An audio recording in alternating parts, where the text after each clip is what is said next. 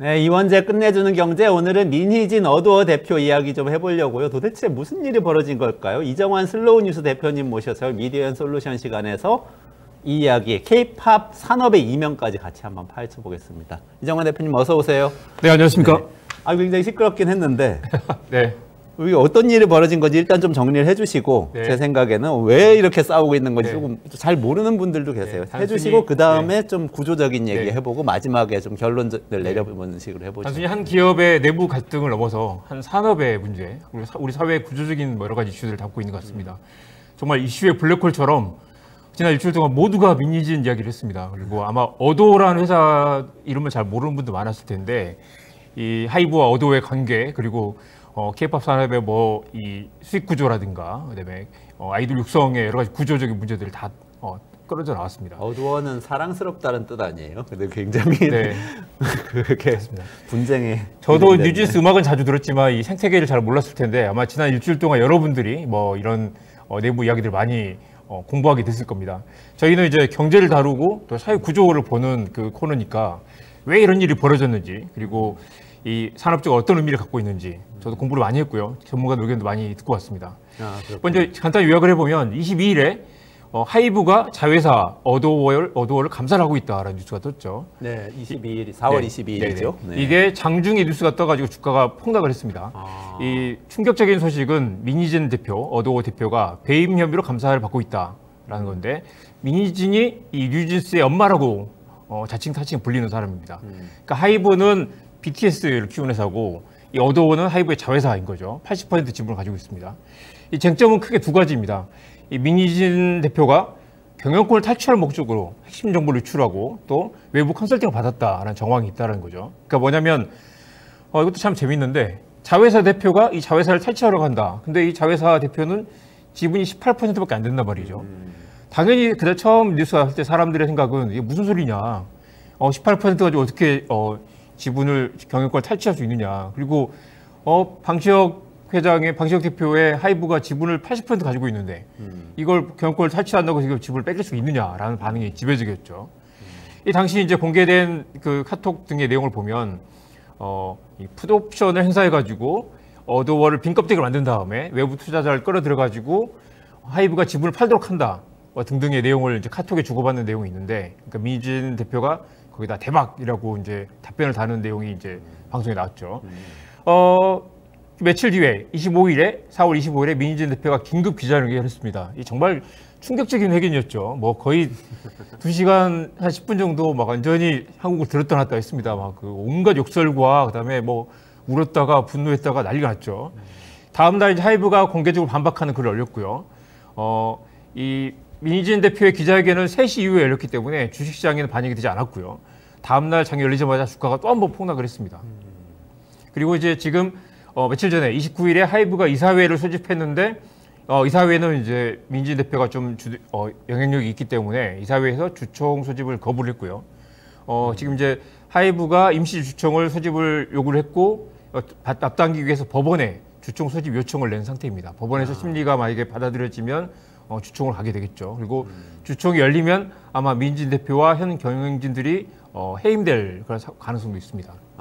그렇군요. 그 주가 추이 한번 보여주시면 좋겠어요. 네. 저는 그 정리된 그림이 있는데. 네. 이 제가 이 시가총액 기준으로 따로 뽑아봤는데요. 이게 지금 이 감사 소식이 알려지기 전에 전달에 9조 6천억 원이었습니다. 이게 올해 초까지만 해도 작년 말까지만 해도 12조 원이 넘는 회사였는데 지금 이제 두 차례 이벤트를 거치고 난 다음에 파란색 화살표 보이죠? 거치고 난 다음에 8조 3천억 원까지 주가가 폭락한 상태죠. 아이고, 12조 원에서 8조 3천억 원이 예. 거의 3분의 1이 그러니까 날아갔네요. 3.7조 원이 지난 반년 사이에 날아간 상태인데 뭔가 심각한 일이 벌어지고 있다는 거죠. 대표적으로 크게 짚어보면 시장에서는 민희진이 하이브의 성장성의 중요한 변수다. 또 만약에 기자회견 이후에 또 한 번 빠졌죠. 만약에 이제 사람들이 이걸 어떤 기대를 했을 텐데 민희진을 정리를 하고 다시 어느 정도 정상화되지 않겠느냐 기대를 했을 텐데 기자회견 하는 거 보니 이 회사 정말 위험하다라고 생각해서 민희진이 리스크를 해결하지 못하면 하이브의 미래가 어둡다라고 보는 시장 참여자들이 많았다는 것이고요. 기자회견을 보니 야, 이건 정말 해결 안 되겠다라고 생각하는 그런 관측이 많았다고 볼 수 있겠습니다. 그렇군요. 그럼 이렇게 일단 상황 자체는 네. 그럼 감사를 하고 있다. 네. 그런데 경영권 탈취를 하려고 했다는 내용이다. 네. 근데 거기에 대해서 굉장히 격한 어조로 반박을 했다. 네. 여기까지가 일단 벌어진 상황이네요. 네. 그렇습니다. 뭐가 분쟁의 핵심이에요, 여기서? 세 가지 포인트가 있을 텐데요. 일단 경영권을 찬탈하려고 한다. 전문 경영인이 회사를 빼앗으려고 한다라는 게 배임이가 아닌가. 사실은 만약에 주가를 의도적으로 떨어뜨리려고 했다. 회사를 엉망진창 만든 다음에 헐값에 사들이려고 했다라는 계획이 있다면, 그리고 계획을 물론 머릿속으로 생각할 수 있지만 경영진들과 같이 뭔가 추진을 했다면 배임이 될 수 있다는 거죠. 그런데 아까 말씀드린 것처럼 20% 지분 가지고 18%로 과연 경영권을 노릴 수 있는가? 민희진 대표가 대박이라고 카톡을 달았지만 사실 거의 불가능한 스토리라는 관측이 많고요. 근데 또 이 M&A나 아니면 스타트업 업계에서는 충분히 가능할 수 있다. 맘만 먹으면 회사를 완전 껍데기로 만든 다음에 가져가 나가는 스토리도 전혀 불가능하지 않다라는 거고요.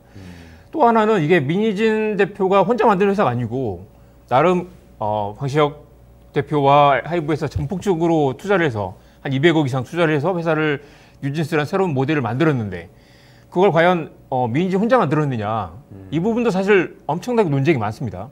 사실 민희진 대표의 그 크리에이티브가 강력한 역할을 했다라는 관측도 있고 또 다른 측면에서는 하이브라는 그 시스템이 뒷받침해주지 않으면 민희진 혼자서 이걸 만들 수 있었겠느냐라는 또 반론도 있죠. 두 번째 포인트는 아마 기자회견 이후에 다들 민희진 대표에 대해 우호적인 시선이 많았던 게 그런 이유일 텐데 이렇게 놀라운 크리에이터는 일테면 무슨 모차르트의 기행을 보는 것처럼 크리에이티브는 좀 괴짜해도 된다라는 그런 시각이 있는 거죠. 또 한편으로는 돈과 권위를 밝히는 이 자본가 그룹, 방시혁 대표를 둘러싼 하이브의 남성 이 오너 일가가 있고요. 계저씨들. 네, 계저씨라고 부르죠. 또 이쪽에는 유능한 여성 실무자. 아마 많은 분들이 돌아섰던 부분이 뭐 욕설을 하면서 그런 이야기를 했어요. 니들은 법화 가지고 골프 치고 술 마시러 다니는데 나는 법화 가지고 내역을 보니 배민밖에 없다. 야근하면서 외식 시켜 먹는 것밖에 없다. 그래서 보던 사람들이 댓글로 이건 배임이 아니라 배민 아니냐라는 이야기를 할 정도로 또 한편으로 이제 그 민희진 대표의 강력한 자부심을 또 읽었죠. 뉴진스를 키운 게 난데 내 새끼들이 망치려고 하는 걸 용서할 수 없다. 많은 사람들이 보고 이 사람은 정말 뉴진스를 사랑하는구나 생각을 했던 거죠. 예술은 정말 압도적인 크리에이티브로 가는 거다. 돈이 있다고 누구나 민희진처럼 할 수 있는 건 아니고 민희진이 이렇게 열정을 갖고 있는데 민희진을 쫓아내려고 하다니라고 보는 사람들이 또 많았던 것 같습니다. 세 번째는 또 이제 중요한 포인트가 하이브가 뉴진스를 카피하라고 했느냐. 뒤에 이게 보겠지만 하이브는 또 굉장히 많은 레이블을 동시에 진행을 하고 있고요. 어도어처럼 자회사를 여러 군데 두고 경쟁을 시키는 방식, 그리고 자회사들이 각각 돈을 벌어서 이제 그 지분법으로 하이브에 편입되는 그런 구조인데 최근에 이제 하이브가 내놓은 또 다른 그 빌리프랩에서 내놓은 이제 또 다른 아이돌 그룹이 아일릿이라고요. 많은 사람들이 보고 이건 누가 봐도 뉴진스를 그대로 베꼈다라고 얘기를 합니다. 그런데 이게 경쟁 회사도 아니고 하이브의 또 다른 자회사라는 거죠. 자회사가 그러니까 아이브도 있고 또 그 빌리프랩도 있고 여러 이제 그런 이 경쟁사들이 자회사에 서로 경쟁하는 구도인데 이걸 자회사에서 이걸 베껴서 만들고 그러면 이제 민희진 대표가 반발했던 건 뉴진스의 독보적인 캐릭터가 흔들린다. 이건 절대 있어서는 안 되는 거다. 오히려 이런 이 자산을 잠식하는 행위가 오히려 배임일 수도 있다라고 주장을 했고요. 그 회사 구조 한번 보여주시겠어요? 네. 말씀하신 그 레이블들 보면서 얘기하는 게 나을 것 네네. 같아요. 그 그림 좀 부탁드려요. 네, 그 빅히트 뮤직, 하이브. 동그라미 있는 큰 그림 보여주시면 이 기업이라는 게 지금 여러 가지 자회사들이 있고 자회사 간의 경쟁을 이야기하는 것 같아요. 또. 그리고 이 자회사들이 뭐 빅히트 뮤직 같은 경우는 이제 5천억이 넘는 매출을 내고 있고요. 어도어는 1,100억 정도밖에 안 됩니다. 사실 이제 어도어 이 뉴진스는 전체 그림에서 차지하는 비중이 낮지만 빅히트 뮤직에 BTS가 있는 거죠. BTS가 있죠. 그러니까 왼쪽이 이제 매출 규모고 오른쪽이 둘 다 같은 그림인데 오른쪽은 이제 이 소속 가수들 나타낸 거죠. 보시면 BTS가 가장 크고요. TXT라는 거 아세요? 그룹을? 저도 TXT. 처음 들어봤는데 이게 이제 미국에서 약어로 TXT라고 하는데 투모로우 바이 투모로우 바이 이건 어렵네요. 그룹이 있습니다. 투모로우 네. 바이 투게더. 투모로우 바이 투게더. 바이 투게더. 방탄소년단을 BTS라고 하는 것처럼 투모로우 바이 투게더를 TXT라고 줄여서 하는데 그 두 그룹이 1년에 작년에 5,500억 정도 매출을 냈고요. 지금 군대에 가 있는데도 이 정도 매출이고요. 이분들이 이제 제대를 하고 풀 완전체가 되면 이제 매출이 폭발할 거다라는 기대감이 있는 거죠. 그리고 이제 뉴진스 단독으로 1,100억 원 매출을 냈는데 이게 1년, 2년도 안 되는 사이에. 하이브가 전체적으로 한 2조 원 네네. 되죠, 매출이. 네. 그중에서 뉴진스 1,100억 원. 1,100억 원이니까 크지 않아 보이지만 이게 1년 반 사이에 낸 이제 신생 그룹이 낸 매출이라는 게 또 놀라운 부분이죠. 그리고 세븐틴이 프로미스 나인이 3,000억 원 정도, 르세라핌이 600억 원 정도. 그리고 이번에 이제 하는 그 빌리프 랩에서 이 엔하이픈이라는 이제 걸그룹이 있는데 거기 또 추가로 이제 아일리시라는 그룹이 또 나온 거고요. 네네. 그래서 이런 이제 여러 가지 멀티 레이블 시스템이라는 거, 여러 레이블을 두고 그 레이블들을 각각 다른 차별화를 하면서 경쟁을 하는 건데 빌리프 랩이라는 그 나름 내부 경쟁하는 기업이 뉴진스를 완전히 베껴가지고 왔다라는데 이제 민희진 대표가 첫 번째 이제 화가 났던 거고요. 또 하나 그 제가 이번 기자회견에서 보면서 또 중요한 부분 중 하나는 민희진 대표의 나름 그 진정성이 있다고 생각했던 부분이 있습니다. 뭐냐고 하면 우리 멤버들이 기죽을까봐 애들이 갔던 데 또 가고 앨범 또 사고 이게 도대체 뭐냐, 우리는 그렇게 하지 않겠다라는 얘기를 했어요. 이런 꼼수를 부리지 않고도 잘 된다는 걸 보여주려고 뉴진스를 만들었다라는 말을 했습니다. 그게 무슨 말이냐면 K-팝에서 여전히 지금 음원 CD로 음악 듣는 사람이 7%도 안 된다고 하는데 여전히 음반이 꽤 많이 팔린단 말이죠.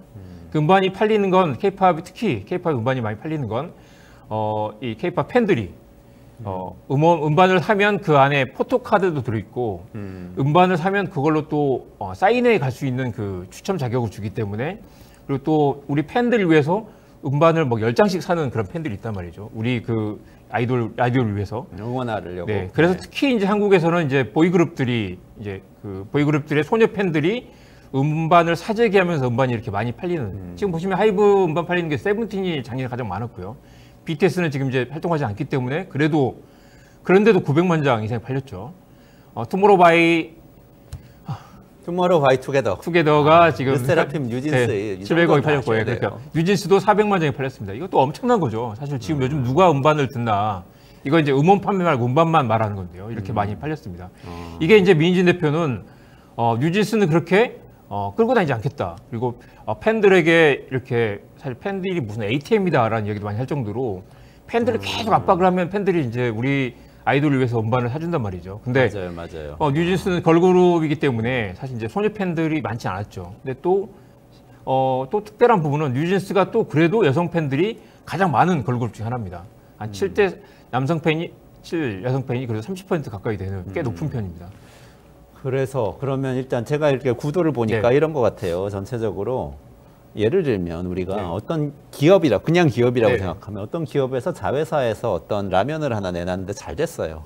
신라면이 잘 됐단 말이죠. 그러면은 다른 자회사에서 매운 라면을 만들 수도 있고 신 쿠키를 만들 수도 있어요. 이게 이런 식으로 생각하는 게 자본주의 기업이란 말이죠. 그런데 지금 제가 말씀을 듣고 보니까 아마 회사 쪽은 그런 식으로 생각한 거. 그렇게 해서 매출 키우고 주가 키우는 게 우리의 사명 아니냐, 이렇게 생각한 것 같고, 민희진 대표가 계속 얘기하는 건 말씀하신 것처럼 그게 아니고 내가 키운 아이돌 그렇습니다. 내가 데리고 가야 되고, 나는 크리에이터로서 이들을 지켜야 되고, 팬들한테 잘 봉사해야 되고, 이런 얘기를 막 하는 것 같고, 이게 좀 어긋나는 것 같은 생각이 들어요. 정말 중요한 포인트인데요. 만약에 라면을 회사가 A라면과 B라면이 있고 C라면을 새로 만들었을 때 다 해서 라면이 더 많이 팔리면, 아니면 다른 경쟁사와 비교해서 우리 라면이 더 많이 팔리면 성공한 전략이 되겠죠.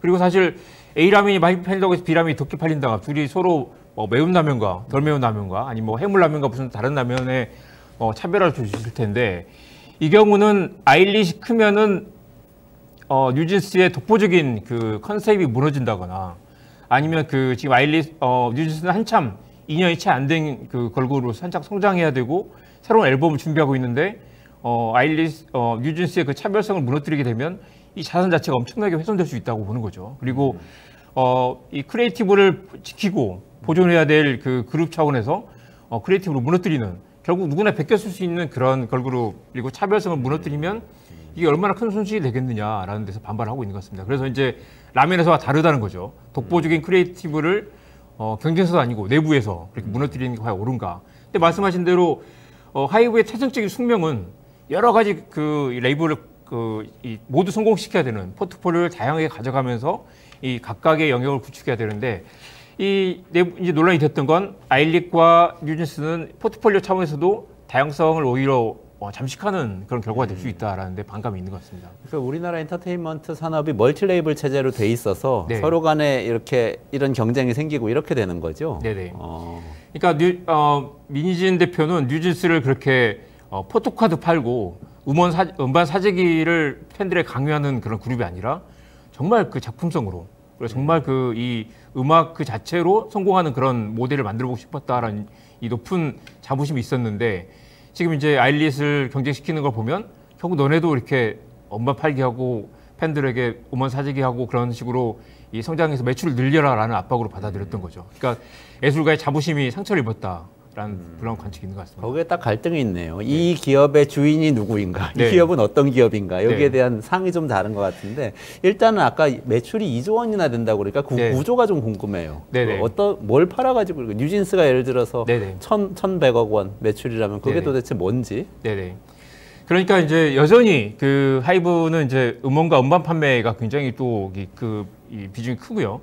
음반 판매가 9,700억 원 정도 되네요, 작년 기준으로. 거의 한 45% 정도가 이제 음반 판매인데 이 음원은 이제 뭐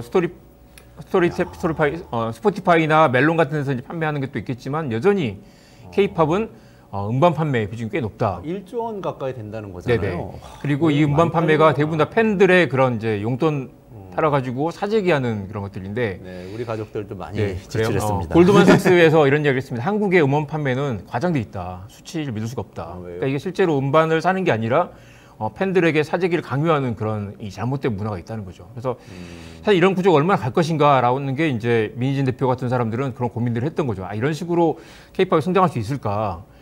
팬들은 얼마나 교회를 사놓고 듣지도 않고 포장도 뜯지 않는 그런 이제 이 집에 쌓아놓고 있을 텐데 이게 팬과 아이돌과의 관계가 정상적인 관계인가? 정말 음악을 사랑하고 그리고 이 창작자들도 정말 좋은 음반을 만들어서 이렇게 하는 게 아니라 결국 팬덤을 중심으로 음악은 뒷전이고 팬덤을 중심으로 우리 아이돌, 우리 오빠 그룹들 이 판매량이 뒤처지면 안 돼. 뭐 어느 정도 상위권을 유지하기 위해서 계속해서 내가 용돈을 털어가지고 음반을 사는 그런 구조가 과연 건강한가라는 이야기가 있는 거죠. 그런 문제제기는 있군요. 근데 골드만삭스에서 그 얘기했다니까 약간 부화가 나는데. 그렇습니까? 애플도 그런 거 아니에요? 우리가 비전 프로 사가지고 네. 사고 애플워치 사서 사재기 하는 거 아닙니까? 그 비싼 걸.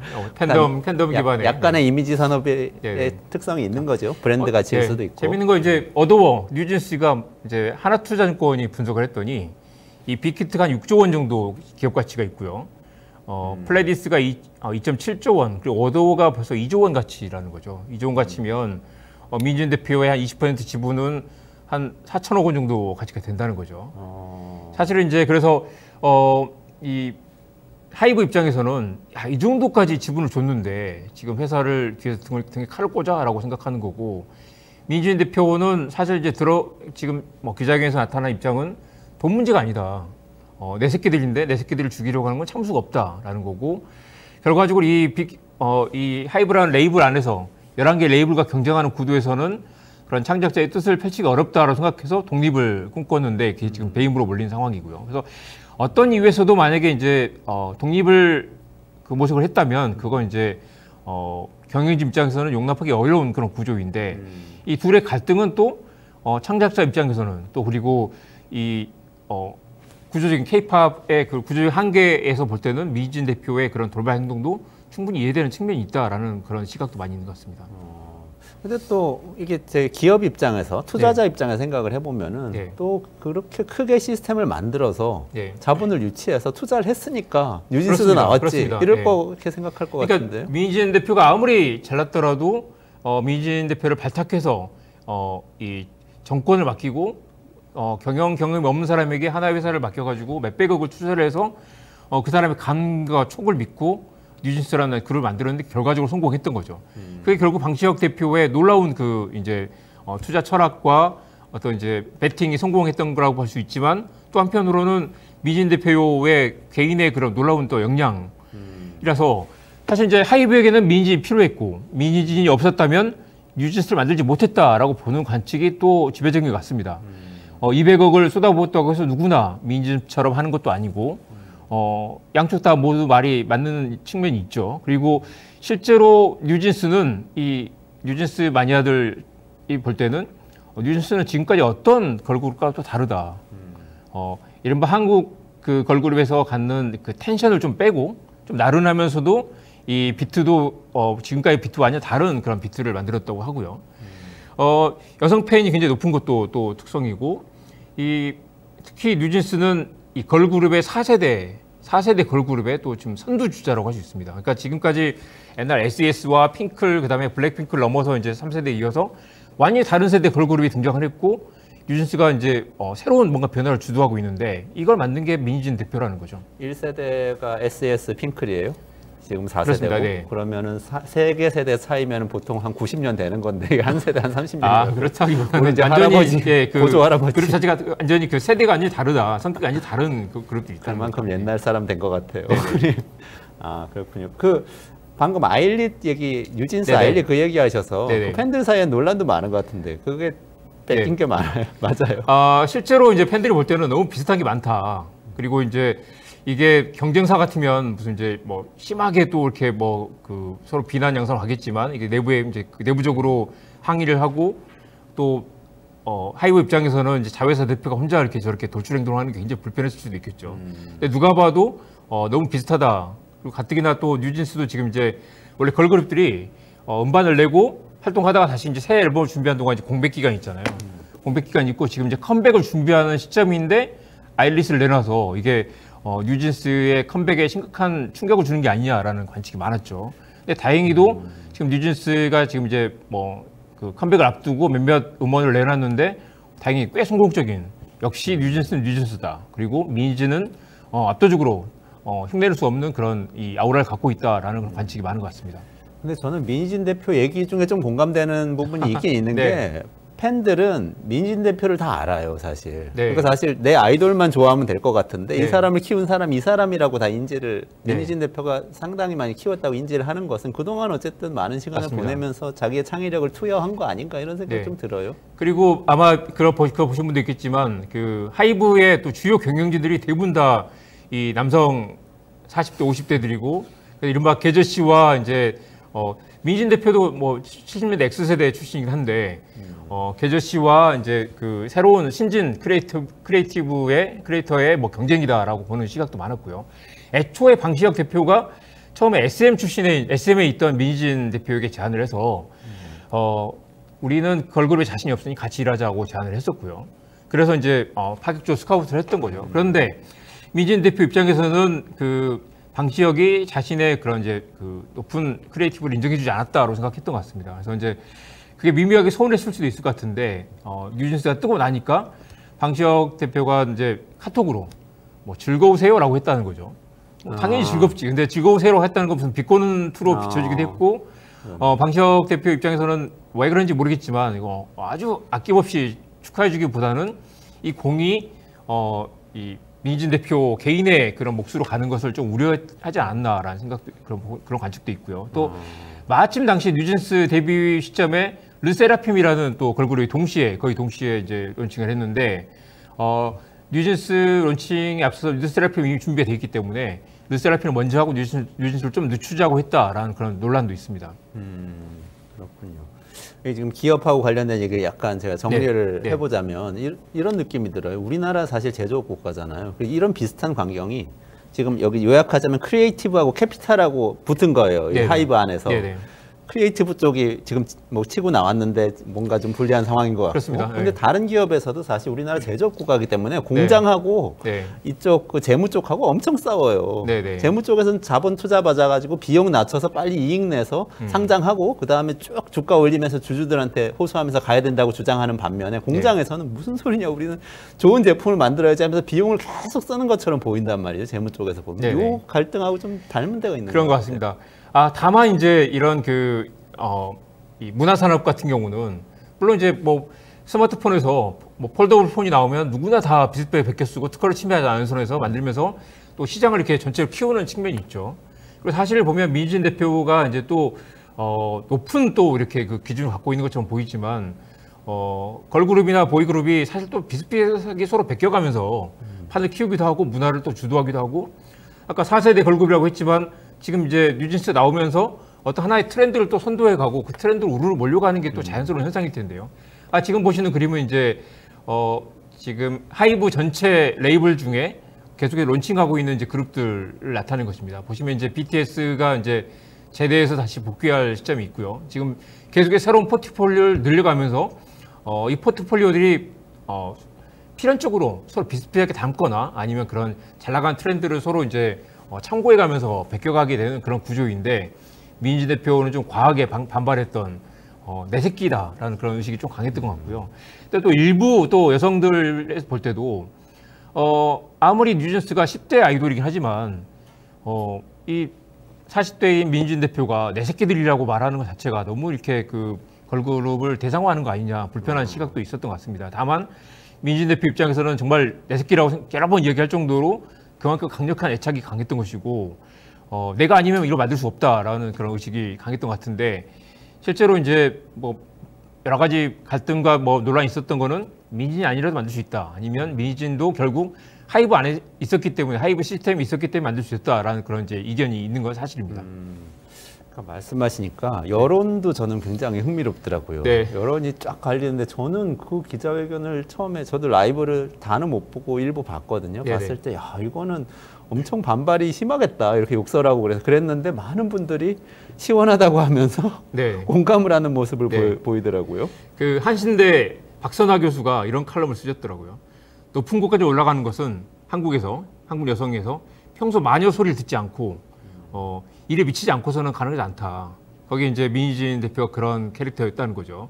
그렇기 때문에 한국 사회에서는 어느 정도 추락도 예정된 일이다. 마녀를 높이 평가하긴 하지만 그런 미친 듯이 일하는 여성을 높이 평가하긴 하지만 그런 여성들이 핵심 경영진과 올라가는 데도 또 유리천장이 있다라는 그런 대표적인 사례를 이 사례를 보는 투영하는 그런 시각도 있는 것 같고요. 또 한편으로 아까 말씀드린 것처럼 하이브 리더 11명 전원이 남성이다라는 이야기. 그다음에 상근 임원 9명 가운데 여성은 1명뿐이다라는 것. 특히 또 하이브가 또 이렇게 그 엔터 3사 중에 남녀 평균 임금 격차가 또 거의 남성은 7,600만 원, 여성은 5,100만 원으로 남녀 임금 격차가 가장 크다라는 지적도 있었습니다. 또 한편으로 하이브 전체 그룹들은 그동안 보이그룹 중심으로 커왔기 때문에 사실 이거 저도 이번에 이제 취재하면서 좀 놀랐던 게 이 보이그룹의 또 성장 이렇게 놀라운 성장하는 이유는 소녀 팬들의 음반 사재기가 매출의 상당 부분을 떠받치고 있는데 와 이런 식으로 이 K-팝이 얼마나 더 성장할 수 있을까? 음악을 사랑하는 팬들을 대상으로 계속해서 이렇게 이 용돈을 털어서 음반을 사재기 하도록 만드는 음반을 사지 않으면 포토카드를 주지 않기 때문에 그래서 사실은 이제 걸그룹들은 또 다르다고요. 포토카드를 사는 거죠 또 네, 사실. 포토카드를 몇 장 뽑아내고 이 음반을 쌓아두는 건데 그렇게 할 수밖에 없는 건 이 CD 한 장에 포토카드가 2장 정도밖에 안 들어있다는 거죠. 포토카드는 여러 장이고 상대적으로 걸그룹들은 그래서 또 누가 나올지 한 장을 사면 포토카드가 여러 장이 들어있다고 합니다. 걸그룹들은 이렇게 사재기가 많기 많지 않기 상대적으로 걸그룹들은 또 이렇게 그런 이제 남성 팬들을 이렇게 음반을 사재기하지 않기 때문에 소년 팬들을 사재기하지 않기 때문에 또 아낌없이 그냥 포토카드를 준다는 거죠. 그런 면에서 어떻게 보면 걸그룹 시장은 좀 더 작품성과 예술성 중심으로 시장이 형성돼 있다. 한편으로 근데 이제 그래도 좀 독보적이었던 건 뉴진스는 또 이른바 이모 팬들이 또 많아서 여성 팬들이 많아서 여성 팬들이 또 이제 그런 것들을 떠받쳐주는 그런 새로운 문화가 있었다는 거죠. 그렇기 때문에 이 민희진 대표가 특히 왜 나의 이런 독보적인 그 차별성을 인정해주지 않느냐. 그리고 이걸 무너뜨리면 이 뉴진스는 더 성장하지 못한다. 그리고 이거 자체가 이 장기적인 성장의 발판에 제약이 될 수 있다라고 본다는 거죠. 저 그 이모들 반응 굉장히 흥미로웠는데 네. 내일 방송할 거예요. 우리 내일 꼭 보세요. 내일 그 여성들이 왜 40대 여성들이 여기 열광하는지에 대해서 말씀드릴 텐데 저는 20대 반응이 되게 재밌었어요. 굉장히 공감하더라고요. 그래서 제가 느꼈어요. 공정성은 아무 의미도 없는 개뿔이었다. 사실 이들이 원하는 건 힙합이었고 혁명이었다. 이런 걸 원했어. 그렇죠. 20대는. 근데 그렇지 않은 사회였던 너무 답답했던 거예요. 비정한 이 주식시장의 세계에서 보면 주가가 일단 뭐 30% 가까이 폭락을 했고 결국 이 과정에서 지분 싸움이 최고죠. 결국 이제 뒤에 다시 이야기했지만 결국 민희진 대표는 표싸움으로 가면 쫓겨날 가능성이 매우 높고요.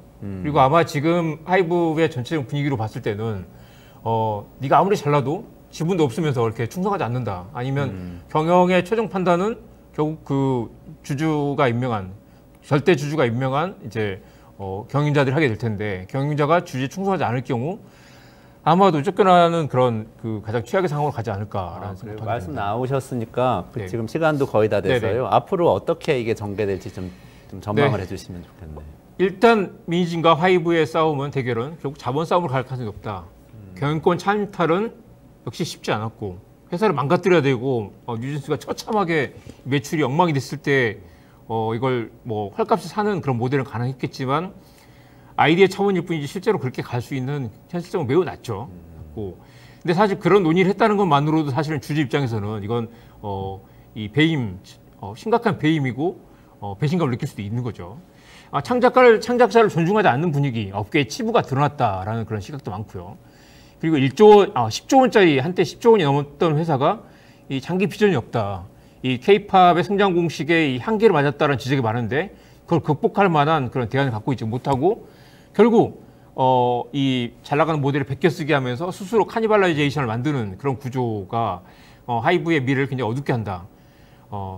이 그런 유니크함 그리고 왜 그런 것들을 이렇게 더 살리지 못하는가? 결국 그 거대 자본과 이 내부의 그 문화 산업의 이 성장 엔진이었던 그런 그 창작자들의 열정을 서로 충돌하는 그 딜레마를 극복하지 못하면 K-팝의 성장성에 한계가 있을 수 있다라는 이야기. 그래서 이제 이대로 가면 K-팝은 끝난다. 이런 식으로 어떤 그런 기형적인 팬과 이 팬덤에 의존한 그런 이제 기형적인 성장 방식 그리고 베껴쓰기 문화라는 것들로 비슷비슷한 걸그룹들 양산하면서 스스로 이 팬들을 떨어져 나가게 만드는 그런 구조로는 한계 있다라는 지적도 많이 있습니다. 맞아요. 저도 되게 느낀 게 많았는데 이번에 또 경제평론가로서 네. 생각을 해보면은 이게 사실 굉장히 굉장히 이정환 대표님 쉽게 설명해 주셨는데요, 여러분. 이렇게 매니지먼트 바이아웃이라는 게 있거든요. 이게 뭐냐면은 경영자가 회사를 가져가는 거예요, 실제로. 그런 일이 어디서 많이 생겼거든요. 미국에도 많이 있었고. 어디서 생기냐면 보통은 기업에 이 재무적 투자자가 들어와요. 골드만삭스니 멜린친 이런 데가 들어와서 다 털어먹어요. 왜냐하면 얘들은 단기간에 이익을 내가지고 빨리 주식을 팔고 나가야 되기 때문에 막 사람 자르고 자산 팔고 이래가지고 재무제표를 만들어요. 그리고 나서 나가면 회사가 폐허가 되는데 이때 남아있는 경영자와 노동자들이 야 그러지 말고 우리 평생 일했던 회사인데 살려보자 하면서 보통 사가지고 가지고 나가서 경영을 해요. 그래서 잘 되는 경우도 있고 잘 안 되는 경우도 있고. 근데 아마 그거에 약간 비슷한 버전이에요. 이것도 비슷한 버전이 생길 수 있다고 하면서 그걸 경영권 찬탈이라는 용어로 설명을 했는데 마지막 한 말씀만 드리고 싶은데 정확히 그겁니다. 네. 그러니까 지분이 장땡인데 이 경우는